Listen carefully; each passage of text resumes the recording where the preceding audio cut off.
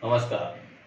आज हम भारत की भौगोलिक स्थिति के बारे में थोड़ा बहुत समझेंगे कि भारत की आकृति किस प्रकार बनी हुई है और कौन कहाँ स्थित है, किस प्रकार का भारत का स्ट्रक्चर बना हुआ है, कौन से देशांतर कौन से अक्षांश पर स्थित है, ये भारत के कौन कौन से पड़ोसी देश उसकी सीमा से लगते हैं, कौन सी खाड़ी और कौन सा सागर भारत को चारों तरफ से घिरा हुआ है, ये देखेंगे अपन।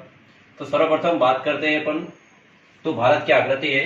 तो भारत की आकृति जो है वो इस प्रकार बनी हुई है कि उसके तीन तरफ समुद्र है, जिसमें पूर्व की साइड जो बंगाल की खाड़ी है और पश्चिम की साइड अरब सागर है, दक्षिण के साथ हिंद महासागर है। तो इस स्ट्रक्चर को एक प्रकार से देखा जाए तो इसे प्रायद्वीपी कहते हैं। जिस भूमि का सिरा तीन तरफ से पानी से घिरा हुआ हो तो उसे प्रायद्वीपी क्षेत्र कहते हैं। तो भारत एक प्रायद्वीपी भारत है।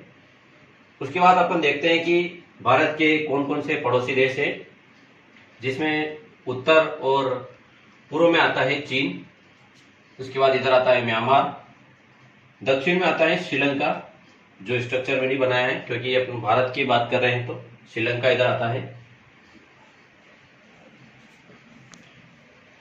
पश्चिम में क्षेत्र में आता है पाकिस्तान। इस तरह से चारों तरफ भारत के जो पड़ोसी देश है, और अंडमान निकोबार द्वीप समूह के इस साइड में आता है इंडोनेशिया और ऊपर आता है म्यांमार। इस साइड में आता है नेपाल, जो भारत की इस भूमि क्षेत्र से जुड़ा हुआ है, और एक छोटा सा क्षेत्र है भूटान, जो भारत की सीमा को छूता है। यहाँ बीच में बांग्लादेश आता है। ठीक है। इसके बाद देखते हैं अपन भारत की जो समुद्री तट सीमा है वो गुजरात से लगाकर पश्चिम बंगाल के यहाँ तक गिरी हुई है, जो समुद्री तट सीमा है, जिसकी लंबाई है 6500 किलोमीटर। इसकी समुद्री तट सीमा सबसे ज्यादा जो समुद्री तट सीमा है वो गुजरात को छूती है। इसके बाद यहाँ का जो इस क्षेत्र का जो तट है उसको मालाबार तट कहते हैं, और इस क्षेत्र का जो तट है उसको कोरोमंडल तट कहते हैं। ठीक है। इस साइड में भारत का एक केंद्र शासित प्रदेश लक्षद्वीप स्थित है, और इस साइड में भारत का एक केंद्र शासित प्रदेश अंडमान और निकोबार द्वीप समूह स्थित है, जो एक उत्तरी अंडमान है और एक दक्षिणी अंडमान है। ठीक है।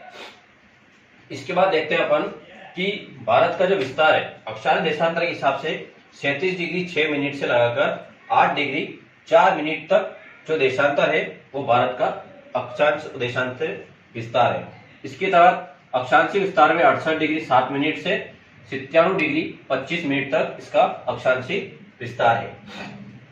भारत के जो कुछ बिंदु है उत्तर दक्षिण पूर्व पश्चिम में, तो जो उत्तरी बिंदु है उसका अपन इंदिरा कोल कहते हैं, जो जम्मू कश्मीर के लद्दाख में स्थित है। दक्षिण में देखेंगे तो जो भारत का अंतिम है इंदिरा पॉइंट, जिसको अपना अंतिम बिंदु कहते हैं, जो अंडमान निकोबार द्वीप समूह में स्थित है। इधर गुजरात के इधर पश्चिम में सर क्रीक नाम का एक बिंदु है जो गुजरात में स्थित है। पूर्व में वालांगू है जो अरुणाचल प्रदेश में स्थित है। ठीक है। तो इस प्रकार भारत की आकृति बनी हुई है, और भारत की जो एक मुख्य विशेषता है कि इसे कर्क रेखा जो 23.5 डिग्री अक्षांश उत्तरी वाला, जो भारत को लगभग 2 बराबर भागों में काटता है, जो यहाँ से लगाकर यहाँ तक 8 राज्यों को होकर ये कर्क रेखा गुजरती है। 8 राज्यों से होकर कर्क रेखा गुजरती है। ठीक है। तो इस प्रकार भारत का जो ये मैप है उसमें हम आपको समझाने का प्रयास किया है कि किस तरह भारत की भौगोलिक स्थिति बनी हुई है। इसमें वर्तमान में 28 राज्य व 9 केंद्र शासित प्रदेश का दर्जा प्राप्त है, जो वर्तमान में 28 की श्रेणी में राज्य है और 9 के केंद्र शासित प्रदेश है, जो अलग अलग श्रेणियों में स्थित है। ठीक है।